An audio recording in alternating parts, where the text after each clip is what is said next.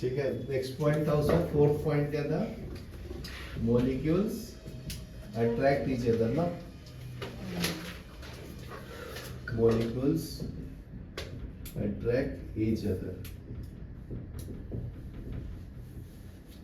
ठीक है, तो इसमें क्या है, the molecules of matter exert a force of attraction on each other, मतलब एक दूसरे के ऊपर फोर्स ऑफ अट्रैक्शन अप्लाई होता है। ये इसके ऊपर फोर्स अप्लाई करेगा, ये इसके ऊपर, मान लीजिए F1 अप्लाई कर रहा है तो ये F2 अप्लाई करेगा। ठीक है, ये ऑब्जेक्ट 1 है, ये ऑब्जेक्ट 2 है। यहाँ तक क्लियर है? This force of attraction is called intermolecular force. तो इसका नाम दिया है, वो याद रखना है, इंटर मोलिकुलर फोर्स। यहाँ तक क्लियर है? नेक्स्ट देखो, intermolecular force is not caused due to the mass but due to the charge. ठीक है, बिटवीन द मॉलिक्यूल्स। मान लीजिए सोडियम पे प्लस चार्ज है, क्लोरीन पे माइनस चार्ज, तो प्लस माइनस को अट्रैक्ट करता है ना, तो ये ड्यू टू चार्ज हो गया ना, due to charge force of attraction is developed, force of attraction is developed. ठीक है, यार क्लियर है? This force is called attractive force.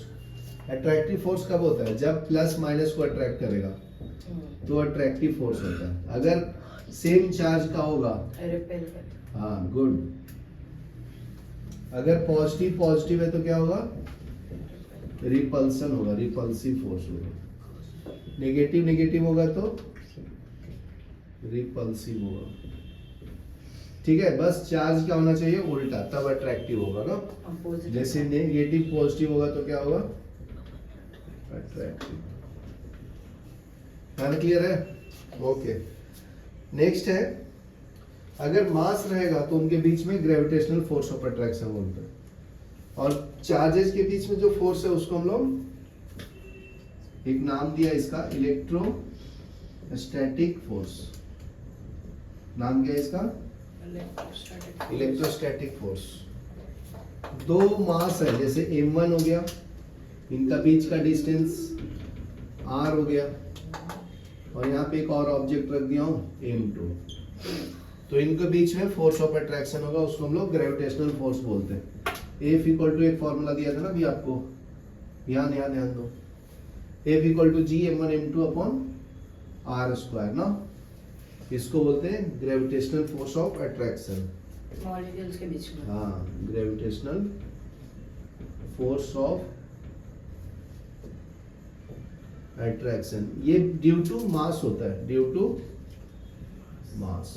मान लीजिए मेरा मास है 80 kg, आपका है 60 kg, तो दोनों के बीच में फोर्स ऑफ अट्रैक्शन लग रहा है, उसको बोलेंगे gravitational force of attraction.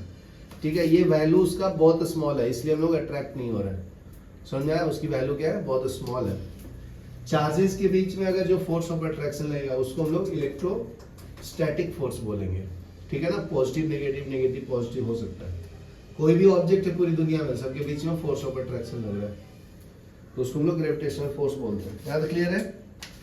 Okay, next देखते हैं, this force is a strong force.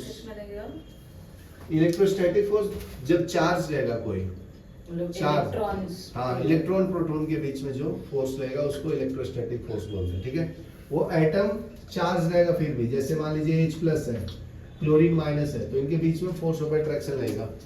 अगर Cl माइनस है, Cl माइनस है, तो इनके बीच में रिपल्सिव फोर्स रहेगा। ठीक है, और इन दोनों के बीच में क्या रहेगा? अट्रैक्टिव फोर्स रहेगा। समझा? अट्रैक्टिव फोर्स, ऑपोजिट चार्ज है ना, एक प्लस एक माइनस है, और सेम चार्ज रहेगा तो रिपेल करेगा। जैसे अगर मैं सोडियम प्लस ले लेता हूँ, एक और सोडियम प्लस ले लेता हूँ, इनके बीच में कौन सा फोर्स रहेगा? रिपल्सिव। ठीक है, यहाँ तक लिखो, फिर आगे बताता हूँ।